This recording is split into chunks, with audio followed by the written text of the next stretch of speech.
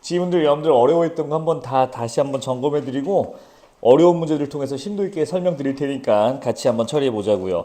그리고 구성을 좀 설명드리면 문제 수가 대략 한 260문제쯤 될 겁니다. 그래서 각 지문마다 올해수특 10지문 다 실어놨고 1, 2가 두 개 있을 거예요. 1에는 6지문, 2에는 이제 4지문이 있어서 총 10지문이고 각 지문마다 변형 세트가 4, 5세트씩 있습니다. 그러니까 한 24문제에서 26문제를 있을 거예요. 각 지문마다. 그래서 이제 합산하면 꽤 많죠. 오늘 저랑은 맨 앞에 있는 수능 특강을 변형한 수능 특강 보기까지 반영된 첫 번째 세트 변형을 저랑 같이 풀면서 지문에 대한 내용들도 한번 점검해보고 조심할 것도 따로 또 찍어드릴게요. 그래서 이런 식으로 해서 오늘 지문 한 바퀴 다시 한번 돌아보자고요. 한옥부터 바로 시작하죠. 이쪽이죠. 이쪽 보시면 되고요. 이거 제가 저번에 좀 잘못 설명한 게 있어갖고 석가래 같은 거 제가 잘못 설명한 게 있거든요. 지붕의 뼈대를 이루는 거고 이 석가래를 끝에 가면 갈수록 얇게 한다는 거는 지붕을 가볍게 하려는 효과가 맞습니다. 그래서 지붕에 구성하는 요소기도 하고 석가래를 얇게 한다는 거는 지붕에게 가벼운 효과를 준다는 게 분명히 명시되어 있으니까 그거 안 헷갈리시면 됩니다. 그거 있어요, 선지. 자, 1, 2, 3, 4, 5번 5문제 푸는데 지문 숙련도는 이미 높아지셨으니까 시간 좀 널널하게 들어도 되겠죠. 6분 30초 드릴게요. 6분 30초. 풀고 얘기합시다. 출발. 3번 답 저는 4번이라고 생각합니다. 2번들 왜 이렇게 고르는 거야? 죽고 싶어? 그건 안 돼. 3번 답 전 4번이라고 생각하는데 설명을 같이 한번 생각해 보죠. 박준호 씨 3번에 4번 나왔나요? 심적 안정면. 날 좀 지지해줘. 다 2번 고르고 앉아있어. 불안하게. 그거는 어림없는 소리. 같이 보도록 합시다. 그래서 구조물에 대한 특성과 효과들은 어차피 이제 시간 안에 골라주면 되는 거고 딱히 논란거리는 없는데 여기서 이제 추론할 것들이 몇 개 있어갖고 그걸 좀 조심하면 될 것 같아요. 여기 문제도 좀 있고요. 한 문제는 문제의 답이 잘못 나온 것 같습니다. 아무리 생각해도. 자, 일단 1번부터. 이건 거의 다 안 틀리셨네요. 아니야. 4번이에요. 일단 4번. 기능, 구성요소. 여기 있는 지붕과 기둥 공포죠. 기능, 그리고 그게 주는 이제 미적 효과, 안정감이니 뭐니 엄청 많았죠. 그리고 시대적 변화 양상. 마지막 문단 끝부분을 보시면 조선 후기 때 베를린이니 고려에서 조선 넘어갔을 때 주심포에서 다포식이니 이런 얘기 나옵니다. 충분히 시대적 변화 양상이 있습니다. 지금 오답 고르신 분들 보니까 2번 고르신 분들 계신데 한옥의 미적 가치를 시대별로 나열하고 정말 끔찍한 말이에요. 미적 가치가 시대별로 나온 게 아닙니다. 건축 양식과 구조 요소가 달라진 거지 미적 가치는 말 그대로 아름다움에 대한 얘기인데 그걸 시대별로 나온 건 아니었습니다. 오히려 구조물, 이 구성 요소에 따른 효과, 미적 효과 이거는 나열되어 있지만 딱히 시대별로 미적 가치가 있다고 볼 이유는 전혀 없어요. 그래서 답 4번 해주시면 됐고요. 2번은 모두 안 틀렸네요. 4번 이런 건 개그니까 넘어가고요. 자, 3번 문제. 저는 4번입니다.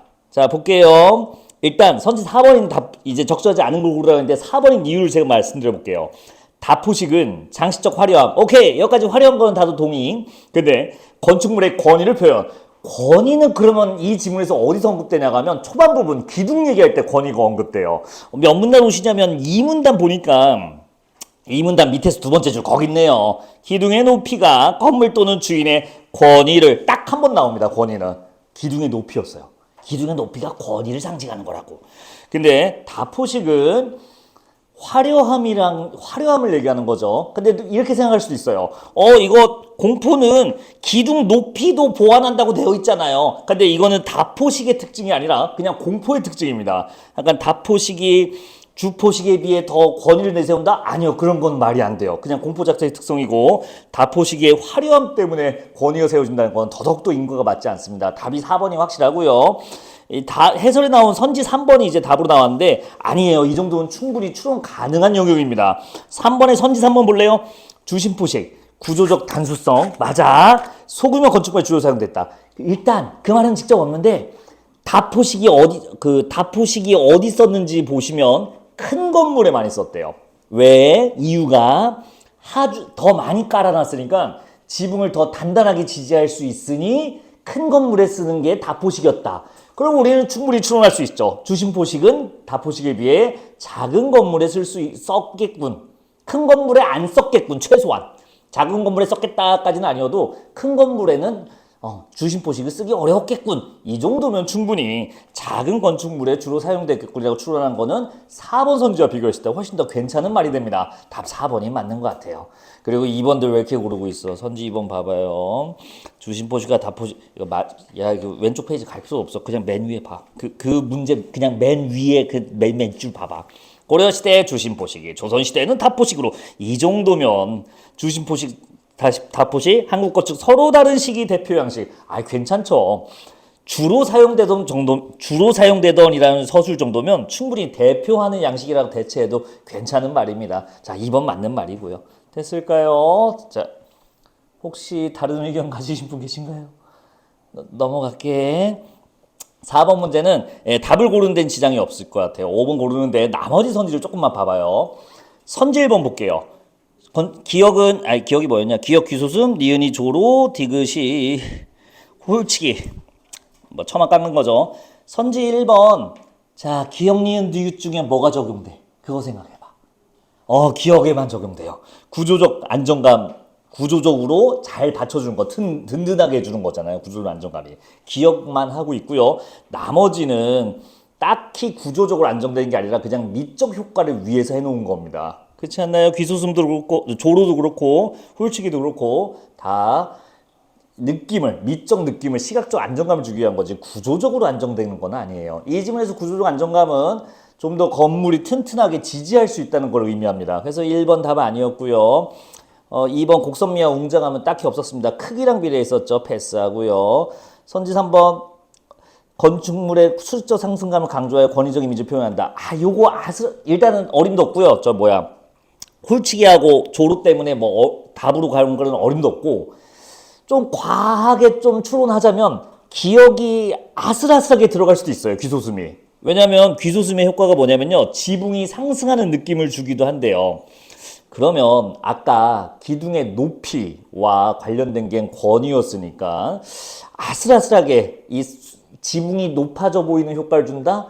더 높게 보이긴 한다? 그러면 기둥이 높으면 권위가 있다는 말하고 조금 연결한다면 억지로 귀소슴에는 아슬아슬하게 들어갈 수 있긴 하지만 그래도 맞다고 보기는 좀 힘들어요. 하지만 굳이 맞는 걸 하나 고르라면 기억인데 그것도 좀 애매하긴 합니다. 어느 정도 추론은 가능합니다. 지붕이 높아 보인다고 하니까.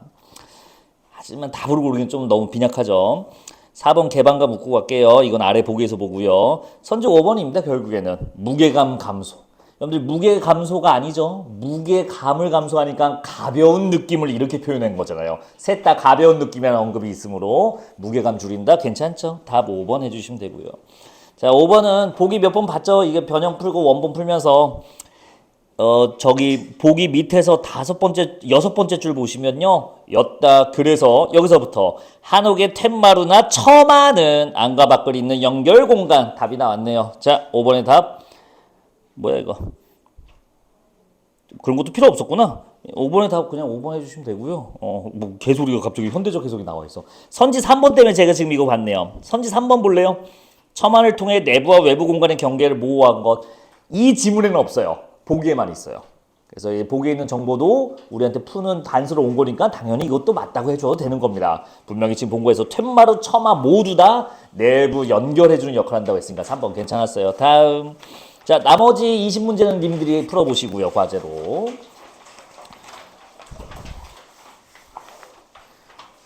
잠깐만. 오늘 토요일이고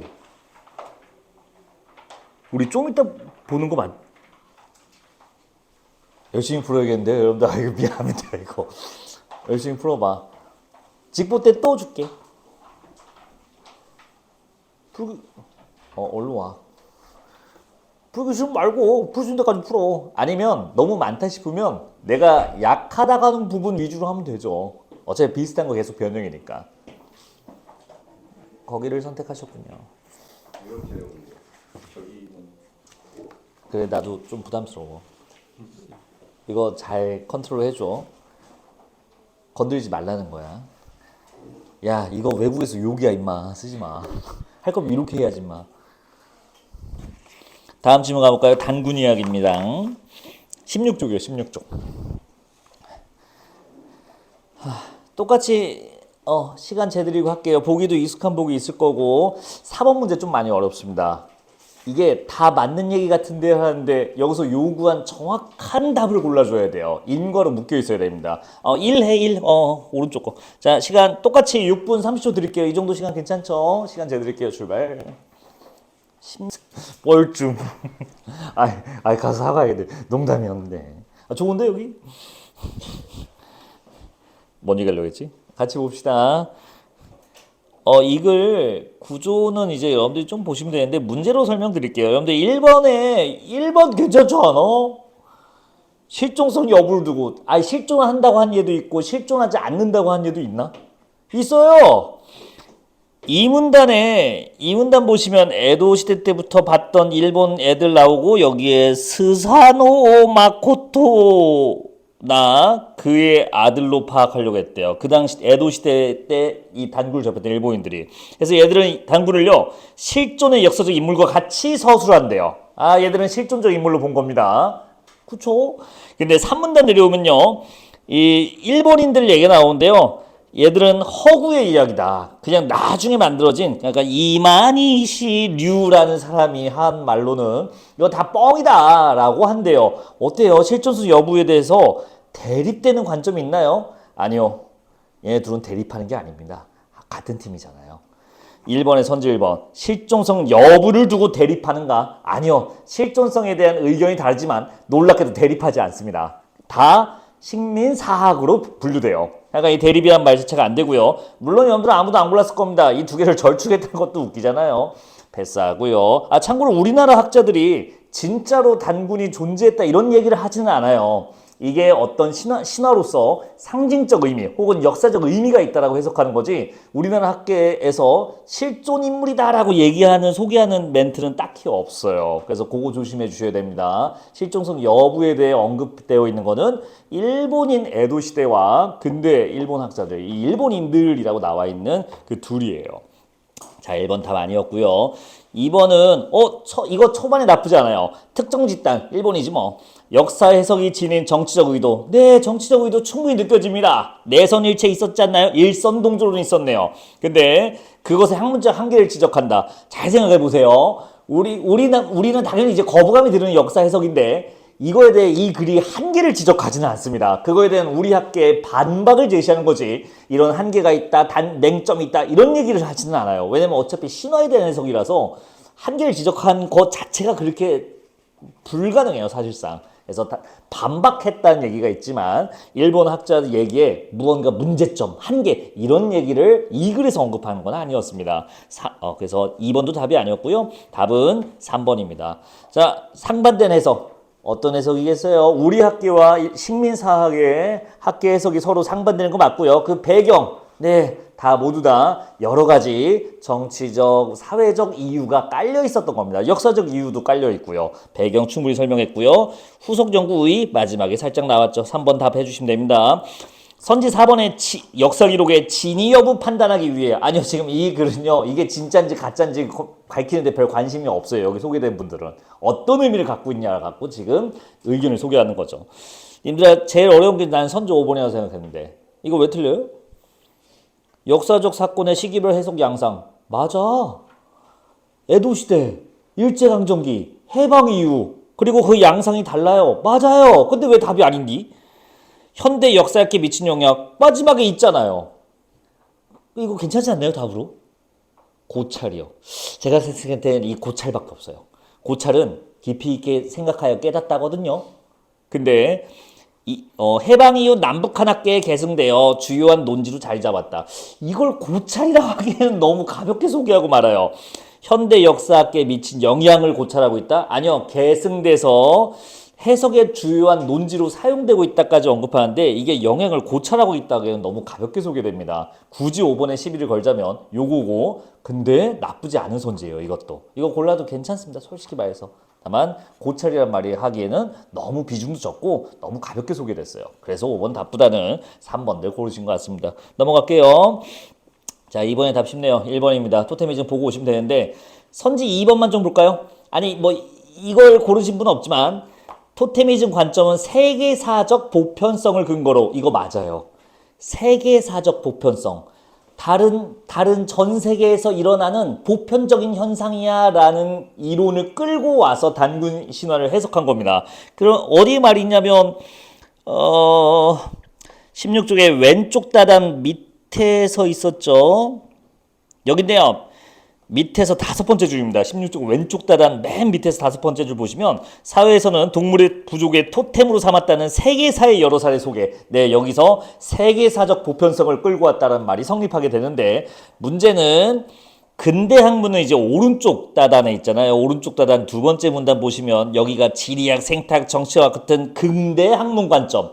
아까 우리 학계의 관점이 2개 나옵니다. 앞에서 봤던 인류학, 사회학을 적용한 토테미즘 관점, 그리고 지리학, 생태학, 정치학을 적용한 근대학문 나오는데 이 근대학문은 딱히 지역적 보편성이라고 할 만한 근거가 없어요. 지역적 보편성은 어느 지역에서 특성적으로 보편적으로 나타나는 지역이 같다면 보편적으로 일어나는 현상을 말하는데 그런 거에 대한 얘기가 아니라 여성 주장, 남성 주장, 권력 이동에 대한 얘기입니다. 지역과는 관련이 없어 보이네요. 자, 2번 답 아니었고 1번 골라주시면 됐습니다.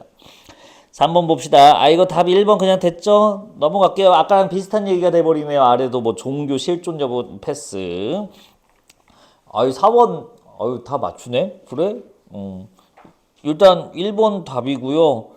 이 A의, 본문의 A 주장이 뭐냐면, 한반도가 북방 쪽은 저기 딴 문하고, 한반도 중남부는 저 북방계가 아니다. 그러니까 니네 한반도는 원래 단일 민족이 아니라 위와 아래 다른 민족이었어. 한반도 남쪽은 한반도의 중남부 지역은 뭐 지금의 휴전선 남쪽이라고 해도 되겠죠.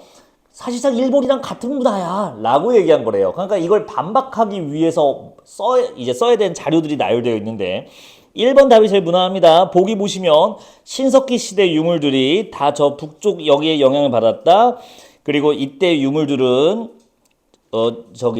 일본이 주장하는 이 한반도 북부 지역은 저 위에 북방 시베리아의 문화권이야 라고 하는 말을 반박할 수 있는 근거가 돼요. 왜냐하면 그거보다 앞선 신석기 유물들이 한반도 북부 지역에 이미 먼저 이른 시기에 존재했음을 이제 증명되고 있으니까. 자, 그러니까 이제 남북이 나눠진 게 아니야 라고 쓰면 그 말이에요. 그래서 1번 해주시면 되는데 나머지 왜 아닌지 봅시다. 아무도 안 골라서.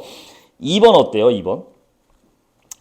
한반도 유물이 북방 시베리아 지역 유물보다 시기적으로 앞서므로 방금 했던 얘기죠. 한반도 문화를 2개로 나누어 이해하는 거 타당하지 않다. 이거 되게 괜찮아 보이는데. 문제는 이 지도 때문에 그래요. 맵을 보시면 한반도 북부에서 발견된 유물들이에요, 사실. 그래서 남북이 별개야라고 주장하는 걸 반박하기 위해 이 자료를 쓰는 거는 사실 인과가 없습니다. 유물 자체가 북방부에서 발견된 거라서 오히려 이렇게 말해버리면 내 말 맞지 않나 데스 막 이렇게 할 거란 말이야. 그래서 2번은 안 돼요. 3번도 같은 계열이에요. 한반도 신석기 문화 발해 연안 지역에서 연관성이 있어. 그러니까 중남부는 일본이 아니야. 이 논리가 성립하지 않아요. 북방부 쪽에서 북방 시베리아 영향을 받기 전에 이미 한반도에 문화가 있었어. 그러니까 니들이 북방 시베리아 영향을 줬다는 것 자체가 틀려를 반박해야지. 남쪽 북쪽이 나눠져 있는 게 아닌데라는 걸 반박하게 쓰기에는 유물 분포도가 너무 북방 쪽에 있어요. 그래서 저런 것들은 다 안 되는 겁니다. 그림을 봤었어야 됐어요. 선지 4번은 엉뚱한 거 섀도우 복싱하고 있죠. 선지 4번의 세 번째 보시면요. 고려시대에 만들었던 주장은 근거가 없어. 일본은 그래서 그래 그렇다고 하고 남부 북부 나누자 이렇게 얘기할 거예요. 지금 고려시대 때 얘기를 하는 게 아닙니다. 고려시대 때 만들어졌는지 아니냐 그 얘기를 하는 게 아니었어요. 논지 자체가 아니었습니다. 자, 5번 볼게요. 5번의 답은 3번인데요. 나머지 선 조금만 볼게요. 선지 1번 보세요. 역사적 사실을 시간 순서대로 배열해요. 아까 말했죠. 이걸 시간 순서대로 역사적 사실 배열한 건 맞습니다. 참고로 이 문제 밑줄 안 쳐져 있는데 적절하지 않은 거 고르는 거야. 그래서 1번 맞고요. 역사적 순서 맞고 인식 변화. 선지 2번 학자들의 상반된 견해. 예, 우리나라 학계와 식민사학과. 선지 5번 볼까요? 다양한 학문적 관점, 단군 이야기의 역사적 실체를 규명하는 시도. 이거 괜찮아요. 아까 뭐 실질적 인물인지 아닌지 뭐 그런 건 안 중요하지 않나요? 약간 역사적 실체는 단군이 실존 인물이냐 아니냐 그 얘기랑 전혀 다른 얘기입니다. 역사적 실체, 역사적으로 진짜 어떤 의미가 있을까? 역사적으로 어떤 일이 진짜 일어났었던 걸까를 따져본다는 거니까 역사적 실체는 괜찮은 말이에요. 실존이랑 다릅니다. 그래서 실체를 밝히고 있다. 괜찮습니다. 자, 역시 나머지는 여러분들이 풀어보시고 28쪽 올게요. 조선으로 갑시다. 님들 시험 시작 날이 월요일이야, 화요일이야? 화요일이야? 아유, 이게 뭐 내일까지 국어 공부하고 이제 월요일부터 이제 화요 과목 준비 시작하면 되잖아요. 화요일이래. 3일 뒤. 감사한 친구예요. 항상 이런 친구도 있어요, 우리가. 응? 야, 넌 전략이 좀 정해졌잖아. 그 자비를 베풀고 와. 어주잡게 뭐 고르지 말고. 지금부터 개빡세게 공부할 거예요. 갑자기 뭔 뻘소리 하고 있어. 너 엄매가 임마. 아니 2학년 때 화작을 왜 들은 거야? 자, 28쪽 오셨나요? 왕의 계승 그겁니다. 덕과 공공성. 나 이거 여기 문제 계속 낚시가 비슷해서 그냥 하나만 그냥 찍고 시작합시다. 이 선양 맞지? 선양의 이제 주요 핵심이 덕을 계승한다는 거잖아요. 조선은 이 선양의 메커니즘을, 덕을 계승하는 이 메커니즘을 갖고 오려고 한 거 맞죠? 그래서 이게 후계자를 선정할 때 최우선순위, 최고 가치로 뒀는가부터 얘기해 보시면 돼요. 맞아? 후계자를 선정할 때 그럼 이 덕이 높은 사람, 덕을 계승할 수 있는 존재에게 이 왕을 물려주는 게 최우선 계승 우선 중요도였냐 하면 그건 아니죠. 정해져 있죠. 혈통이요. 혈통으로 이미 공고하게 정해져 있다고. 그러면 이 덕을 계승하니 뭐니 이건 뭐예요? 그걸 그 정신을 계승하고 싶어서 그 정신을 가져오고 싶어서 짜맞춘 거죠. 그래서 혈통이 최우선순위 맞습니다. 근데 덕을 거기에 반영한 거예요. 덕의 계승이라는 요소, 유교적 덕목이라는 걸. 그래서 우선순위 그거 안 헷갈려 하셔야 됩니다. 혈통이 당연히 공고한 일이야. 계승의 왕 물려주는 거. 자, 그거 생각하고 빠르게 읽은 다음에 역시 5문제 시간 6분 30초 재드릴게요. 풀고 얘기합시다.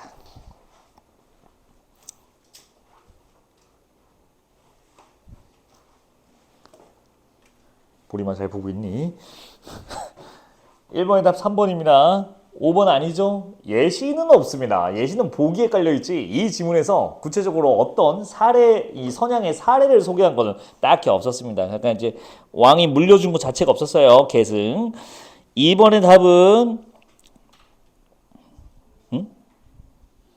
네네 1번이요. 선조가 살아있었죠? 그러면 수선이죠. 예. 됐죠? 1번 답 나오고요. 나머지는 죽이거나 반란을 만들어 버리네요. 반정 사위 다 아닙니다. 선조 살아있대요. 보기 보니까. 선조번은 아까 제가 조금 신경 써서 설명드렸죠. 혈통에 의한 정통성을 강조한 것이다.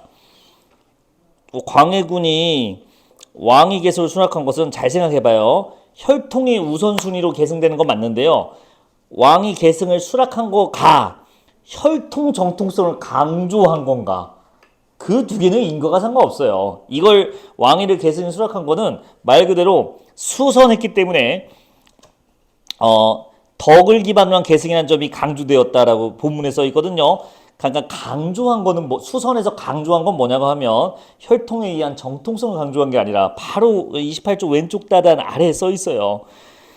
혈통 내에서 왕권 이동은 맞지만 강조한 거는 별도의 값을 따로 정리되어 있습니다. 그래서 답 2번의 답 5번이 아니라 1번이라는 거죠. 혈통이 아니라 강조한 거는 혈통은 맞는데 강조한 거는 덕이었다. 덕의 계승이었다. 그거 봐주시고요. 이 문제가 이제 뒤에 거랑 좀 이제 같이 맞물리면서 헷갈리게 할 수 있는 건데 순차적으로 볼게요. 3번의 답 1번 해주시면 됩니다. 너무 그대로 써 있어서 선지 5번 볼게요. 선지 5번. 선지 4번은 또 사례 드립이니까 패스하고요. 3번에 선지 5번 보시면 왕위 계승을 둘러싼 다양한 이해관계자들 그럴싸해 보이죠? 아닙니다. 이 지문에서 물론 반정은 조금 그런 게 있어요. 반정은 이제 이해관계가 좀 있는 사람들이 충돌했다고 볼 수도 있지만 앞에 있는 수선이나 사이는 이해관계장 이게 다양한 이해관계자들이 나온 게 아닙니다. 앞에 나온 수선과 사이는 다 똑같습니다. 어떻게든 이 혈통한테, 이 아들한테 정확하게 명분을 세우면서 왕위를 물려줄까라고 같은 생각하고 있는 지문 내용만 있어요. 딱히 이해 관계자들끼리 서로 대립하거나 싸우거나 갈등 일으키는 거는 앞부분에 없습니다. 그래서 5번 아슬아슬하게 마지막 반정은 들어갈 수도 있을 수도 있으나 나머지는 모두 다 덕의 계승을 어떻게든 조화시키려는 노력이 나와 있는 겁니다. 5번 고르지 마시고요. 4번의 답은 3번이고요. 아니 이거 필수적이란 말이 있나요? 충분히 추론할 수 있어요. 그래서 왜 그러냐면요. 유교 질서상 바로 그냥 왼쪽 다단 봐봐요. 지금 문제 풀고 있는 왼쪽 다단 첫 줄. 신하들이 왕을 세웠다고 할 수 없었대요. 딱 정의 내렸어요. 신하들이 우리가 왕 하나 세워놨어 라고 할 수는 절대 없대요. 할 수 없다고 했고 따라서 저기 대비 승인 받는 형식을 취하였다? 그럼 대비 승인 받는 거는 당연한 형식적 절차였던 거예요. 그러면 충분히 형식적이었으나 정당성 확보를 위해 필수적이었다는 얘기 무리가 아닙니다. 필수적으로 해도 괜찮은 말이에요. 조심해야 되는 건 선지 5번이죠. 조선의 모든 왕위 계승 방식에는 선왕의 유교적 덕목을 계승하는 것이 가장 중요한 요건이 있다. 자, 강조한 거는 덕의 계승이 맞아요. 하지만 요건은 또 예의가 다릅니다. 요건은 말 그대로 계승받을 수 있는 조건을 말해요. 덕을 계승받으면 진짜로 왕이 물려주나? 선양은 한 번도 안 일어났다고 되어 있습니다. 자, 약간 5번 요건은 혈통이 맞습니다. 강조한 거는 덕의 계승을 강조했지만 그거 조심해 주시고요. 5번도 거의 비슷하죠. 답 1번 해주시면 됩니다. 또 그 얘기고요. 강조 정당성 확보 됐죠. 선지 4번 왜 틀렸는지는 보이세요? 백성들 지지는 없습니다. 신하들의 경하 언급은 초반에 좀 나와 있는데요. 그 수선에서 나머지는 없고요. 그리고 백성들의 지지를 확인한다. 백성들한테 알리는 건 맞지만 거절하는 과정을 딱히 지지를 확인하는 과정이 소개되지는 않았네요. 넘어갈게요. 자, 인문 3개 제일 쉬운 거 후루룩 끝냈고 사회를 한번 보도록 합시다. 44쪽이요. 이거 질문들 너무 많이 하셔갖고 제가 다시 설명해 드릴게요. 바방. 아이고야. 아이 답이 없으셔. 실장님 삐지셨나봐. 기프티.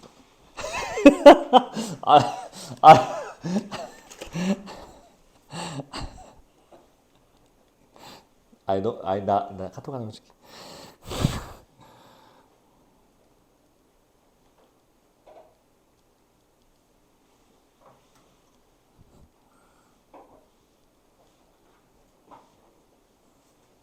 제가 이런 이모티콘 잘 안 쓰는데 유유를 이렇게 많이 쓴 적이 살면서 언제인가. 아유, 다음부터는 4층 드리겠습니다. 뭐 이런. 이거 채권 이거 할인채잖아요. 님들아 이거 봐봐. 짜잔. 일단 1문단 내용부터 민수야 잘 들어. 할인채는 우리가 수능 공부할 때 배웠던 그거랑 다르게 이거 했잖아. 액면가를 만기 때 받을 거예요. 그러면 돈을 어떻게 벌어요? 살 때 가격이 액면가가 아닌 거야, 할인채는. 그러면 어떻게 결정되나요? 자, 가볼게. 할인채는 여기 액면가가 써 있는데 액면가가 1억으로 또 잡아야겠죠? 너무 크다. 1,000원이면 만기가 된 시간에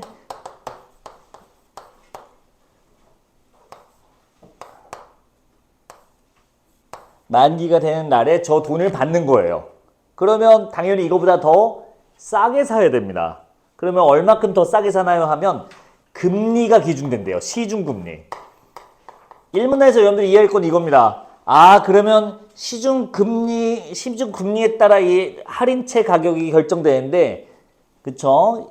이 시중금리가 클 때, 작을 때 언제 더 일단 싸게 설정되냐. 그거부터 보셔야겠죠. 근데 이 시중금리라는 거는 이자라고 우리가 많이 하잖아요. 이자. 현재 가치를 미래 가치로 바꿀 때 쓰는 게 이 금리입니다. 현재 1,000원이 금리가 10%인데 현재 1,000원이라면 이 현재 1,000원 금리 10%래. 미래 가치로 얼마로 바뀌어요? 미래 1년 뒤에 금리가 10%니까 100원, 10% 더한 100원 더해서 1,100원 이렇게 되는 거죠. 할인채는 그 반대로 가는 겁니다. 할인채는 할인율이라고 다른 기술도 우리가 배운 적이 있어요. 미래의 돈을 현재 가치로 바꿔주는 거예요. 똑같은 겁니다. 금리, 그러니까 이자와 할인율은 방향만 다르지 완벽하게 똑같은 개념이에요. 자, 그러니까 이거 잘못했어요. 이렇게 해야 계산을 표현해요. 자, 다시 이걸로 할게. 채권 바뀌어서 이 채권이야. 예, 1년 뒤에 만기에 1,100원 드릴게요. 그러면 이 종이 쪼가리 얼마에 사갈 수 있나요? 지금 하니까 금리 보시면 됩니다. 금리 보면 지금 10%니까 지금 살 때 1,000원에 살 수 있겠죠. 맞나? 됐죠? 이런 식으로 되는 겁니다. 근데 이제 여러분들 읽다가 이제 뇌절하는 게 여기에요.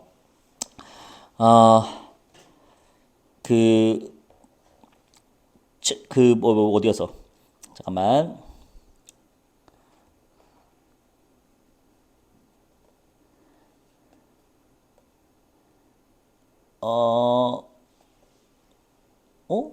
이것밖에 설명이 없었나? 잠깐만요. 근데 봐봐. 그러면 이 1,000원은 현재 가격이야, 현재 가격. 만약에 현재 가치인데 뭐의 현재 가격이냐면 액면가의 현재 가격이에요. 됐을까요? 1,100원에 시중금리 10%가 되니까 지금 저 1,100원을 현재 가격으로 할인율을 적용해보니 1,000원인 거야. 근데 만약에 이게 채권은 종이 쪼가리이기 때문에 중간에 거래되잖아요. 실거래가 지금 오수병이 이거 들고 와갖고 저 이거 900원에 팝니다 라고 한다 쳐봐요. 살래 말래? 상식적으로 합리적인 인간이라면 1,100원을 받을 수 있어요? 금리 10%야? 저걸 머리 짱구로 굴려보니까 현재 가격으로 1,000원의 가치를 갖는군. 저 미래 1,100원은 지금 가치로 1,000원이군. 하는데 옆에 아저씨가 갑자기 900원에 판다 하면 살 거야 말 거야? 당연히 사야지. 근데 나만 사겠어? 조금만 머리 굴릴 수 있는 사람이라면 여러분들 1,000원이니까 느낌 안 오죠? 1,100원이라면 느낌 안 오죠? 1,100억이라고 생각해봐. 100억을 날로 먹을 수 있다고.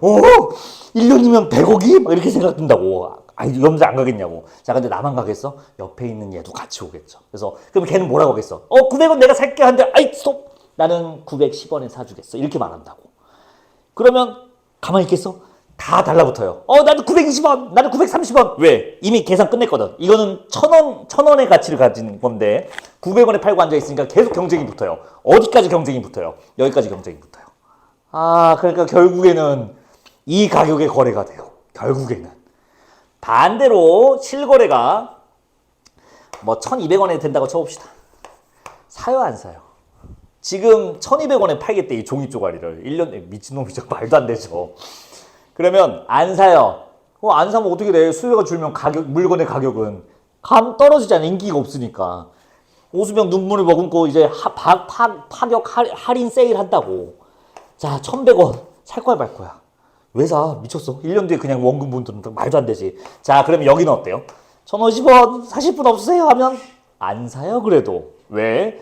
비록 50원 먹는 것 같지만 짱구 굴려보니까 1년 뒤에 받는 거고 어차피 1,050원이면 이렇게 생각하면 돼.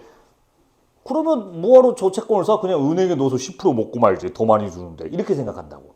그러면 어디까지 가격이 내려가요? 이 1,000원까지 내려와요. 계속 눈물 파격 할인 세일하면서 결국엔 1,000원까지 내려온다고. 자, 이게 그럼 결국엔 뭡니까? 아무리 이 종이 쪼가리 가격이 싸졌다가 비싸졌다 난리를 치더라도 결국에는 여기로 귀결되는데 이게 결국엔 뭐였어요? 시장금리였어요. 이 할인율은 아무리 채권 가격이 난리를 쳐봤자 결국에는 시장금리에 맞춰서 가격이 수령하게 된다가 1문단 얘기입니다.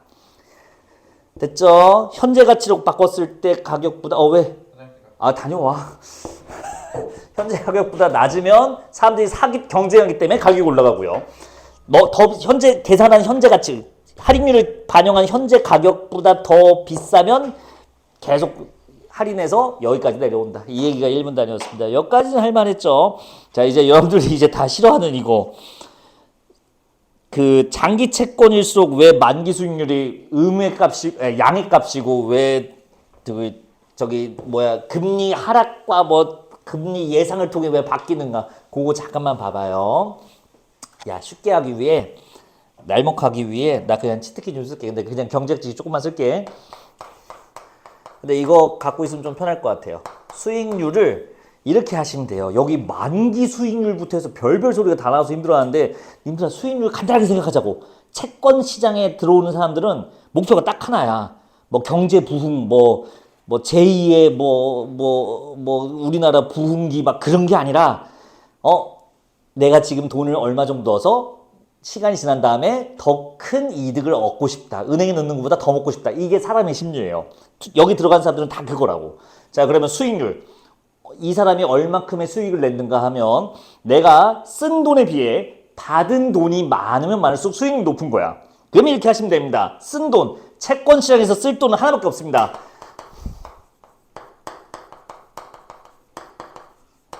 현재 채권 가격이에요. 내가 지금 이 채권을 사기 위해 지불한 돈을 여기다 때려봤고요. 그거 대비 내가 먹은 돈. 근데 채권 시장에서 먹는 돈은 이자입니다. 저 채권 할인채는 이자율에 따라 돈을 먹게끔 되어 있어요. 방금 봐서 알겠지만 은행 이자랑 관련이 있죠. 그래서 일단 수익률을 이렇게 잡고 스타트를 해볼게요. 그러면 조금 편해질 것 같아요. 일단 자 가볼게요.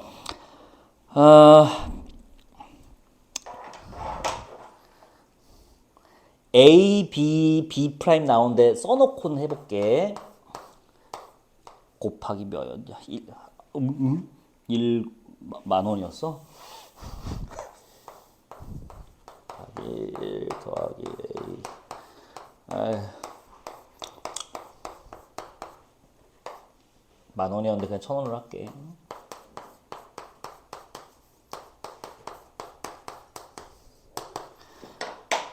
이게 같대요. 뭔 소리요?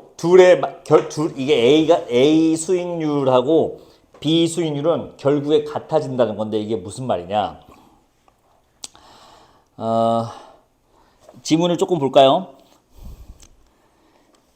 쉬운 것만 볼게요.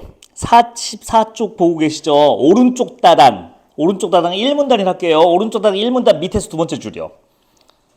아니 밑에서 세 번째 줄이요. 미안. 1 플러스 B 곱하기 1 플러스 B 프라임 거기 있는데요. 44쪽 오른쪽 다단 1문단 밑에서 세 번째 줄. 자, B 프라임이다. 두 방식의 수익이 다르면 두 방식의 수익이 다를 수 있겠죠. 수익이 높은 채권에 수요가 몰려 가격이 조정되므로 결국 두 방식의 수익은 같아질 것이다. 이렇게 써져 있어요. 그러니까 무슨 말이냐? 아까 채권 처음 시작한 거랑 똑같아요. 이게 더 이득인 것 같은데요? 그러면 사람이 몰려서 어차피 잠깐만 사람이 몰린다는 거는 그 채권의 가격이 어떻게 된다는 거야? 올라간다는 얘기야. 인기가 많아지니까 수요가 늘어나면 가격이 올라가는 거는 기본이잖아요. 님들아 이 지문이 연계니까 내가 지금 파는 거지. 수능에서 나왔으면 또 욕했을 거야. 이제 하다가 수요 공급도 설명 안 하냐 하면서 갈 거예요. 우리 이거 많이 했잖아. 사람들이 막 사고 싶어요 하면 수요가 이렇게 된단 말. 공급을 지금 줄였네요. 공급을 줄였네. 미안. 이게 수요지. 수요가 늘어난다는 거는 이렇게 된다는 거고 기준 가격이 균형 가격이 올라간다는 거잖아요. 아이 뭐 이렇게 어렵게 설명했어. 인기가 많으면 비싸지잖아. 수익률이 만약에 더 높다고 판정되면 사람들이 몰려갖고 저 주세요. 저도 살래요 해서 더 가격이 올라간다고요. 자 여기까지 이제 해볼게. 채권 시장에서 먹을 수 있는 액면가 이자액은 언제 결정돼요? 발행할 때 결정돼요. 다시 이제 이거 하려고 가는 거야. 채권 시장에서 이 액면가를 받을 건데 이 받기 위한 처음 산 가격, 그래서 저 몇 퍼센트로 계산해서 1,100원 먹는 건가요? 하면 반대로 말하면 몇 퍼센트 싸게 산 건가요? 액면가에 비해서라고 하면 그거는 이거 발행될 때 결정돼요. 그렇죠. 채권이니까 저기 써져 있어요. 얼마 할인 받았습니다. 시중금리 아까 뭐 예를 들면 10% 할인해서 1,000원에 샀겠죠. 근데 이 종이 쪼가리는 거래가 됩니다. 자, 가볼게요. 이 식을 써도 되고 그냥 상식적으로 이해해봐. 미래 금리가 올라간다고 예상한다 쳐봐요. 금리가 이제 올라갈 거야. 지금에 비해서 금리가 더 올라갈 거래.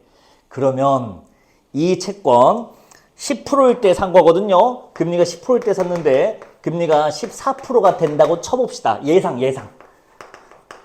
그러면 이거 들고 있으면 기분이 좋아요? 안 좋아요? 기분이 더럽지. 은행에 갔다가도 14% 주는데 내가 이 종이 10%짜리 종이 쪼가리 들고 있어야 되라고 한다고. 자, 이 종이는 인기가 있어져 없어져? 정말 없어지죠. 그러면 가격이 어떻게 돼요? 떨어지잖아. 이게 어떻게 돼요? 감소해요. 정리해 볼까요? 정리는 아니고 금리가 올라간다면 시장 금리죠. 시중 금리죠. 은행 금리죠. 은행 금리가 올라가면 매력이 없어요. 맛이 없어요. 그러니까 이걸 들고 있을 이유가 없어. 들고 싶지가 않아. 그래서 판다면 싸게 팔아야 돼요. 금리가 낮아진다는 거는 채권에 특히 장기 채권일수록 오래 들고 있어야 되니까 이걸 끝까지 버티고 있어야 돼. 채권 가격이 떨어지게 됩니다. 그 원리에 따라 이 분모값이 작아져요. 근데 투자하는 사람 입장에서는 무슨 생각인 거야? 저 액면가는 변함이 없어요. 이 이자율은 딱 정해져 있어요. 근데 이 종이 쪼가리 가격이 떨어지고 있다고. 이건 정해져 있는데 채권 종이 쪼가리 가격이 지금 떨어지고 있어. 인기가 없어서 수익률이 높아진다. 이게 그거예요. 장기 채권을 가진 사람은 장기 채권은 금리가 상승할 걸로 예상되면 왜 수익률이 양의 곡선으로 갑자기 올라가는가 하면 채권 가격이 떨어지기 때문에 그렇습니다. 인기가 없어갖고. 그런 거였어요. 민수 괜찮아? 정말로 납득돼? 또 안 물어볼 수 있어? 그러면 왜 장기 채권이 꼭 그래요? 앞에서 그냥. 왜 단기는 그런 일이 생기지 않아요? 힘들어. 단기 채권이면 1년 만기라고 쳐봐. 이건 10년짜리고 이건 1년짜리라고 쳐봐. 써놓기는 이제 이걸 1년 써놨는데. 자, 10년짜리면 지금 내가 금리 10%짜리를 만기 10년짜리 썼으면 금리 14% 됐으면 기분이 더 나빠 덜 나빠? 장기면 더 나쁘지. 왜? 금리가 4% 올랐는데 이거를 매년 4%씩 손해를 봐야 되잖아. 몇 년 동안. 10년 동안 지금 내가 4%씩 손해를 봐야 돼. 그럼 이 채권 가격은 어떻게 됐어요? 말도 안 되게 많이 떨어지겠죠.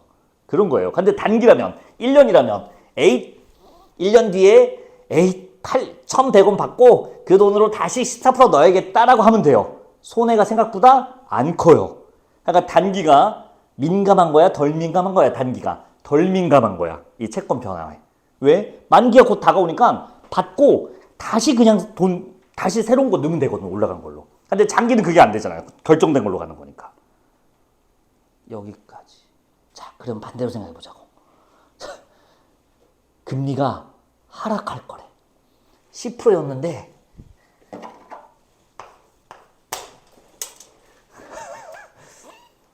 2%가 될 거래요.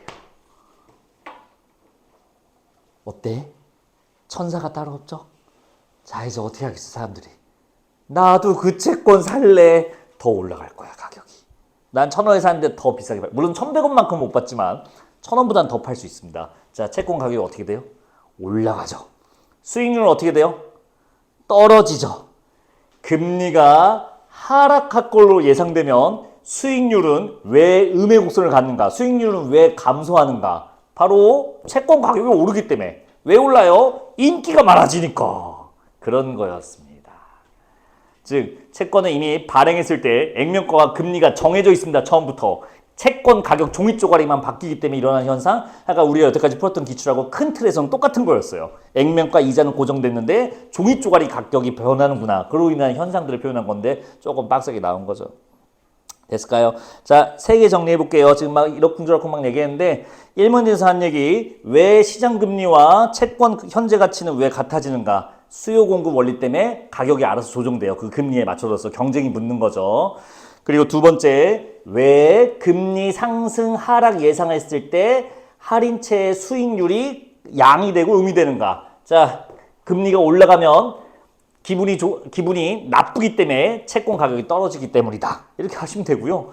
금리가 내려가면 이 채권이 천사가 되기 때문에 인기가 많아져서 채권 가격이 올라간다. 그래서 수익률이 별로 좋지 않다. 그러니까 이 채권은 인기가 너무 많아서 살려면 비싸게 사야 되기 때문에 실제로 먹는 돈은 그렇게 크지 않다. 이렇게 이해하시면 됩니다.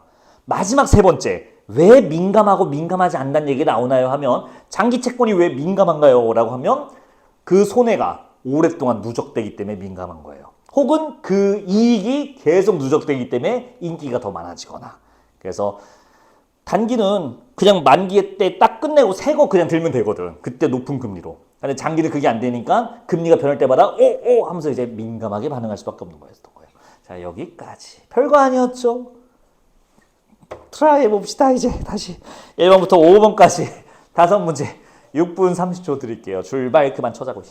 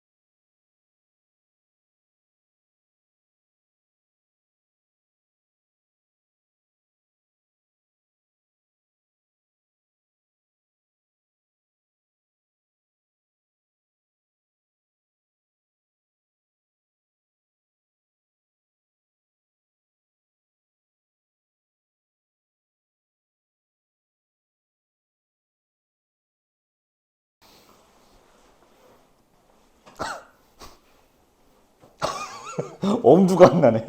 짜잔. 들고 있는 돈. 오, 이 값이 플러스네. 달러를 갖고 있다는 뜻이 갖게 될 거라는 거죠. 이게 마이너스, 나간 돈이 더 많아. 달러 내야 돼. 환율 높은 게 유리하겠지, 낮은 게 유리하겠지. 중학교 나왔으면 알 겁니다. 선물함, 미래거래, 상품 어디서부터 해야 되냐? 상품, 콜옵션. 됐지? 넘어갈게. 뭘 됐어, 씨. 민망하구만. 우리만 왜 안 와? 좀 늦는다고 했는데 2시간 늦는 건 좀 그렇지 않니? 내가 살 수 있는 권리. 그러니까 약속된 금액에 살게라고 하는 권리, 약속된 금액에 팔게 할 수 있는 권리. 근데 이건 포기할 수 있어요. 대신 상품이라서 돈을 내야 됩니다. 자, 그럼 연습해 볼까요? 지금 들었으니까. 같이 봅시다. 예약 회시 유입 예상액이 더 많아. 나한테 들어올 달러가 더 많아. 그러면 안정성을 위해서는 콜옵션 살래, 풀옵션 살래? 그래? 코리오? 아니요. You are Korean. You are Korean. 한국에서 살 거예요. 한국 돈 필요해요. 더 올리면 달러 안 받아. 이거 풋 가야 될 거야. 봐봐. 자, 이게 더 커. 수출을 많이 했나 봐. 나한테 들어올 달러가 내가 나갈 것보다 더 많아. 그러니까 내 주머니에 달러가 이렇게 생길 예정이야. 달러가 생길 예정이야. 이게 손에 있을 생각이야. 그럼 이 달러의 가치가 높으면 좋지. 근데 이 달러가 가치가 말도 안 되게 떨어지면 나는 별로 남는 게 없어져 버릴 수가 있다고. 그럼 어떻게 하면 돼? 이거를 약속된 금액에 팔아야 돼, 사야 돼. 팔아야지. 약속된 금액에 팔아야 내가 안정적으로 코리언 돈으로 바꿀 수 있잖아. 괜찮을까요? 그래서 외화표심 유입액이 예상액이 많으면 내 손에 달러가 있을 거니까 내가 안전하게 이 돈을 가치를 보존하고 싶다고 하면 풋옵션을 사면 됩니다. 즉 매도 청구권. 이거를 얼마에 팔겠다고 아까 했지? 약속된 금액에 팔게라는 뜻입니다. 달러도 물건이에요. 팔아야죠. 약속된 금액에. 만약에 금리가 말도 안 되게 떨어져서 환율이 엄청 많이 박살났어.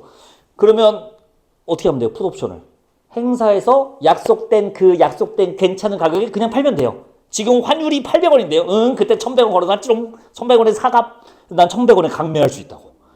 반대로 환율이 1100원에 내가 걸어놨는데 1800원 됐다 쳐봅시다. 어떻게 하면 돼요? 아니야 됐어. 상품 산 거 그냥 냈다가 하고 걸리니까 행사 안 하면 돼요. 그럼 어떻게 하면 돼요? 이 돈 1800원을 그냥 환전하면 돼요. 이렇게 유리하게 쓸 수 있다. 보험료만 내면 되는 거예요. 그게 프리미엄입니다. 계산하러 한번 가볼까요? 1번 문제 보도록 합시다. 1번에 적절한 거? 선지 4번 보겠습니다. 통화 옵션 해지. 옵션 프리미엄을 지불해야 하지만 환율 변동이 유리할 때는 이익 실현 기회를 얻을 수 있다는 장점이 있다. 지금 막 최신에 연기한 게 이거였네요. 괜찮을까요? 옵션 해지. 상품 옵션 말하는 거예요. 콜 옵션, 풀 옵션. 이 친구는 유리할 때는 이익 실현할 수 있어요. 권리를 그냥 포기하고 환율대로 내가 많이 그냥 받아가면 되니까. 예, 그 얘기였습니다. 4번 골라주시면 되고요. 자, 이번에 답 1번 패스. 3번부터 봅시다. 여러분들 이거 계산하기 힘들면 실제 금액 계산할 때는 저걸 써야 되는데 그냥 뭐가 유리한가요? 뭐가 불리한가요? 하면 숫자 커봤자 불편하거든? 그냥 1달러로 해. 일단 해봅시다. 선지 1번부터 볼게요. 방안 1을 선택하면 방안 1을 볼까요? 선도 환율 1050원 선물 환 계약. 이거는 옵션이 아니에요. 그냥 싫던 좋던 엉엉엉 그냥 선도 환율 1050원. 1050원에 그냥 팔기로 약속해버린 거예요. 그런 상황입니다. 자, 선지 1번 볼게요. 환율이 900원으로 하락하더라도 10억 5천만 원 수익 확보할 수 있다. 네, 지금 100만 달러를 받게 된대요. 보기 보시면 100만 달러 상당 수출했고 여기서 나가는 달러는 따로 표시 안 해줬습니다. 그러니까 이 사람은 뭐한 상황이에요? 환 노출이 플러스 상황이야, 마이너스 상황이야? 플러스 상황인 거야. 100만 달러 여기 손에 집힐 상황. 그럼 이 100만 달러를 한국에서 살아야 되니까 맛있게 우리나라 돈으로 바꿔야 되는데 환율이 900원이 되면 9천만 원이잖아.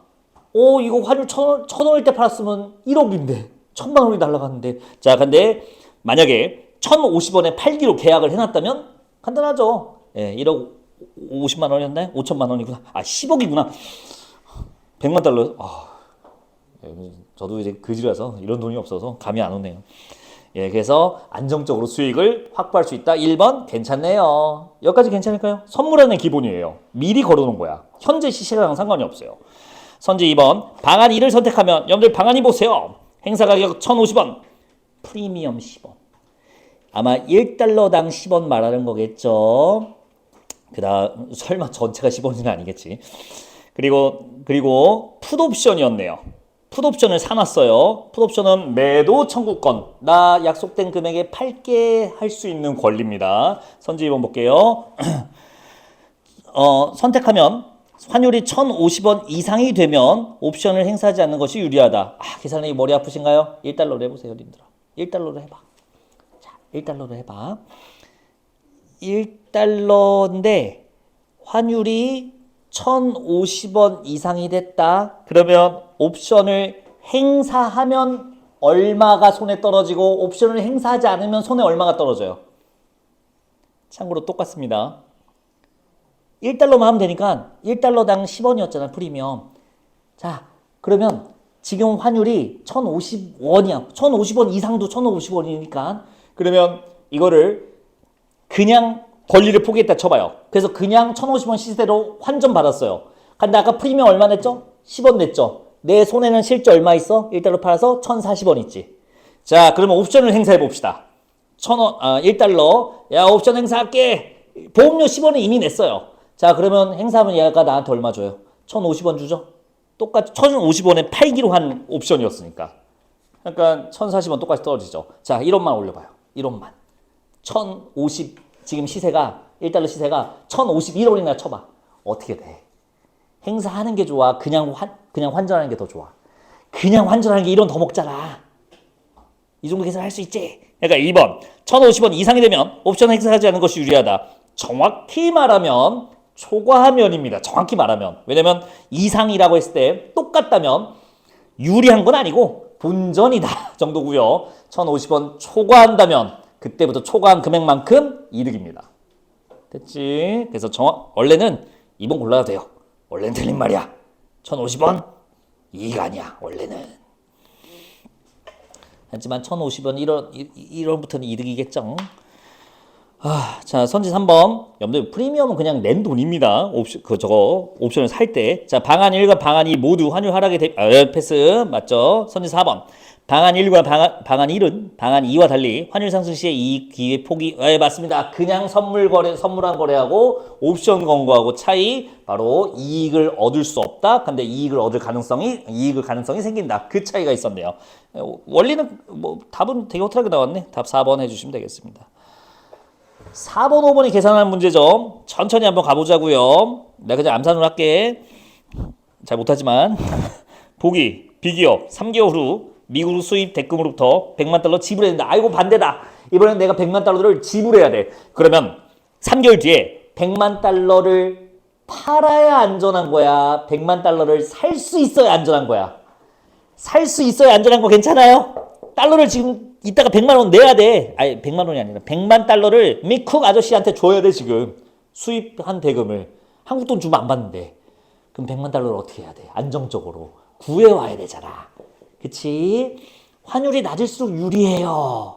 근데 그건 이따 따지고 무슨 옵션으로 안정성을 챙겨볼까요? 빨리. 됐어요? 콜옵션 사와야지. 안전하게 100만 달러를 사오자. 안정적인 가격에 달러를 사올 수 있는 옵션은 바로 콜옵션입니다. 됐지? 참고로 매도는 다 걸으시면 됩니다. 옵션을 매도한 사람은 은행입니다. 보험사야, 보험사. 보험사가 이 옵션을, 이 권리를 매도해 주는 거고요. 이 투자자들, 이제 거래한 사람들은, 안정성을 위한 사람들은 이 매입해야죠. 매도가 왜 이렇게 많냐? 1번 X, 2번 X, 뭐야 이거? 3번 X, 4, 5번 중에 고르면 됩니다. 의도한 건가? 그래서 옵션은 사는 거야, 권리를. 자, 그러면 4번 풋옵션, 5번 콜옵션. 답이 나왔네요. 5번 이렇게 해서 나오게 됩니다. 됐지?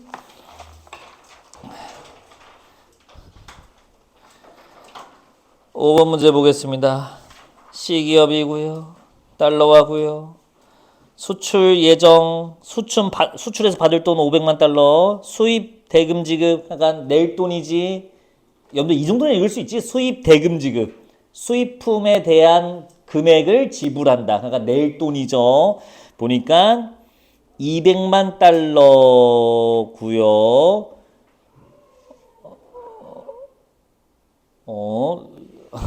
옵션 잘못 사셨나 봐요. 왜 저래, 쟤.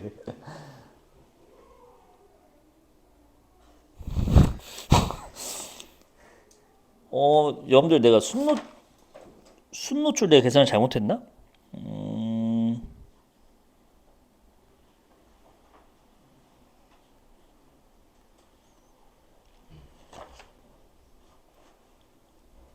여러분들 선지 1번 달러와의 순노출은 300만 달러이며라고 되어 있는데 이거 300만 달러로 해도 되나? 아 애매하네. 잠깐만 나 순노출 한 번만 더 보고 올게. 아니 아까 500 빼기 300인데 그러면 이제 200만 원 들기로 했던데 아이씨 형 보유 중인 달러가 100만 달러래. 그래서 이걸 더해야 되는지 아닌지 그만 보고 올게요. 네, 안 됩니다. 왜냐면요. 외화 표시 자산 빼기 외화 표시 부채라고 계산하거나 또는이에요. 또는 외화 표시 유입 예상액 빼기 외화 표시 유출 예상액이니까 둘 중에 하나만 써야죠. 근데 내가 미래에 받을 돈, 나중에 받을 돈은 자산에 딱 넣기도 하는데 이거 너무 애매한데? 넣어도 되나? 넣을까 말까? 일단 넣어볼까? 근데 두 번째 계산을 하면 일단 안 들어가요. 왜냐면 유입 예상액, 유출 예상액이면 500, 300 넣어야 되지 현재 보유 중인 거랑은 상관이 없거든요. 그래서 두 번째 식을 쓴다고 하면 200이고요. 이 첫 번째 식을 쓴다고 하면 이 자산에 미래에 받을 돈이 사실 이게 원래는 뭐냐면 받을 돈을 채권이나 이런 걸로 약속을 받아서 받은 거면 자산에 들어가요. 근데 신뢰로서 그 3개월 뒤에 계산해 줘도 되죠. 우리 항상 그랬듯이 분기만 해줄게요. 라고 하면 안 들어가요. 이게 뭐 없어요. 너무 심플해. 이거 수특이 원래 원본 문제 어떻게 나오더라? 특히 좀 고맙습니다. 없네. 창작 문제구나. 그래서 이렇게 개판이구나. 여러분들 그러면 좀 당해줍시다. 그래, 그래 300만 원을 하고 그냥 해보자고. 선지 1번. 이는 환율 하락 시 손실 위험이 있으므로 풋옵션을 매입하는 게 적절하다. 근데 답이 아니라고 했으니까 그러면 저 300만 달러가 틀렸다고 해야 될 것 같거든요. 만약에 근데 저 자산 순노출을 300만 달러가 맞다고 한다면 풋옵션 매입하는 거 괜찮아요? 그건 괜찮아요. 물론 해설이 뭐라고 써있는지 모르겠지만 괜찮아요. 왜? 내 손에 지금 200만 달러든 300만 달러든 달러가 지금 쥐고 있을 상황이에요. 지금 유로 보고 있는 거 아니야? 달러 보고 있는 거야. 그러면 이 달러를 안정적으로 내가 우리나라 돈으로 바꾸려면 뭘 체결해야 돼? 갑자기 여기서 달러를 왜 사? 달러를 안정적으로 약속금에 팔아야겠죠. 풋옵션 매입 자체는 나쁘지 않습니다. 위험을 줄이기 위해. 괜찮을까요? 다음 2번 유로화의 순노출은 마이너스 200만 유로면 네 아유 그래 이렇게 해놔야지 어디서 이상한 거 해갖고 마이너스 200유로면 여러분들 이 아저씨는 뭘 해야 될까요?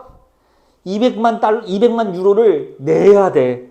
200만 유로가 필요한 상황이야. 200만 유로를 확실하게 사야 돼. 확실하게 팔아야 돼. 확실하게 사야지 유로화를 내야 되니까. 뭐 매입하면 됩니까? 콜옵션 매입하면 되네요. 답이 2번이네요. 이런 식으로 해서 나오게 됩니다. 자, 옵션에 대한 개념. 약속된 거 산다라고 하시면 되겠습니다. 현금 영수증 보러 갈까요?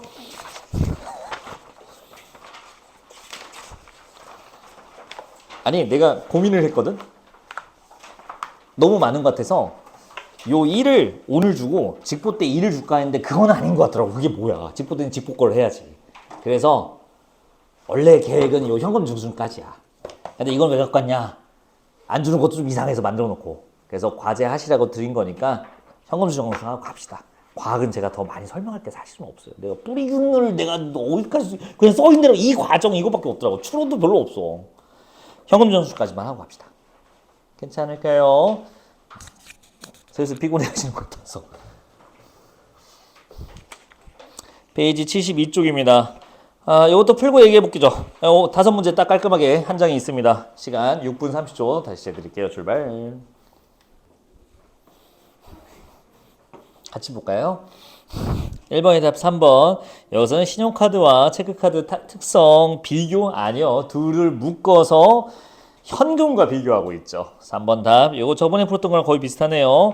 2번에 대한 거는 역시 이 문제 패턴이 자꾸 개그가 나오네. 자, 1번입니다. 다른 보완제도 없습니다. 그냥 이게 현금 영수증이 어떻게 기능하고 어떤 효과가 있는지 의의에 대해 설명하지 부족한 점이 나와 있는 건 없습니다. 물론 법적 허술함이 나오긴 하는데 그거에 대한 제재나 규제도 써 있기 때문에 딱히 문제될 건 없어 보입니다. 자, 4번 나왔고 3번 문제는 우리 저번에 풀었던 거에 비해 예시가 더 쉬워졌어요. 거부하면 안 되죠. 왜냐면 병원은 그 필수 업종이죠. 반드시 가입해야 되는. 그래서 거부하면 잘못된 거고요. B씨는 3만원치 드셨는데 자 용역을 제공받은 사람이 현금 영수증을 발행할 수 있는 게 원칙입니다. 누구 돈인지는 중요하지 않고요. 근데 심지어 이건 더 쉽네요. 그냥 CC로 했습니다. 아무 상관없이. 완전 누가 봐도 잘못됐죠. 자 답은 나온 거 같네요. 적절하지 않은 거 답 4번. CC는 원칙상 받을 수가 없습니다. 소득공제는 현금수증 발행한 사람한테 주는 혜택입니다. 자, 4번의 답은 요거는 이제 현금영수증 가맹점이 발급되는 순서를 묻고 싶었나봐요. 예, 순서 좀 섞어놨네요. 선지 1번입니다. 승인번호 받은 후에 현금영수증이 발행됩니다. 뭐 그냥 써있는 거니까 패스하고요. 다 끝났네. 5번 답 3번. 현금영수증 미발급 시 과태료 가산세 이중. 염두에 이중이라는 건 두 개 동시에 부여된다는 건데 과태료나 가산세가 각각 퍼센트에 따라 부여된다고 되어 있었습니다. 그러니까 이거는 동시에 붙는 게 아니라 둘 중에 하나가 선택적으로 붙는다고 우리가 충분히 확인할 수 있겠네요. 답 3번 나오게 되죠. 자, 여러분들 오늘 고생하셨고요. 과학지문까지 포함하면 문제 아까 말했죠. 200에서 300문제쯤 260문제쯤 되는 것 같더라고. 얼핏 세보니까. 파이팅 하시고 직보 때 단답형 지문 한 바퀴 더 돌 건데 오늘 안 다룬 지문들 추가 연계로 주신 세 지문 양성자 치료는 없어진 거 맞지? 그거 뺀 나머지 3개 추가 지문 뭐 진연이니 뭐 하고 뭐 그림자 그거 있잖아요. 그것도 직보 때 같이 문제 제가 따로 만들어 놓을 테니까 그거 하고 단답형 훈련으로 마무리하도록 합시다. 자 오늘 여기까지예요. 질문할 거 하고 가시죠. 잠깐만 이거 좀 볼게.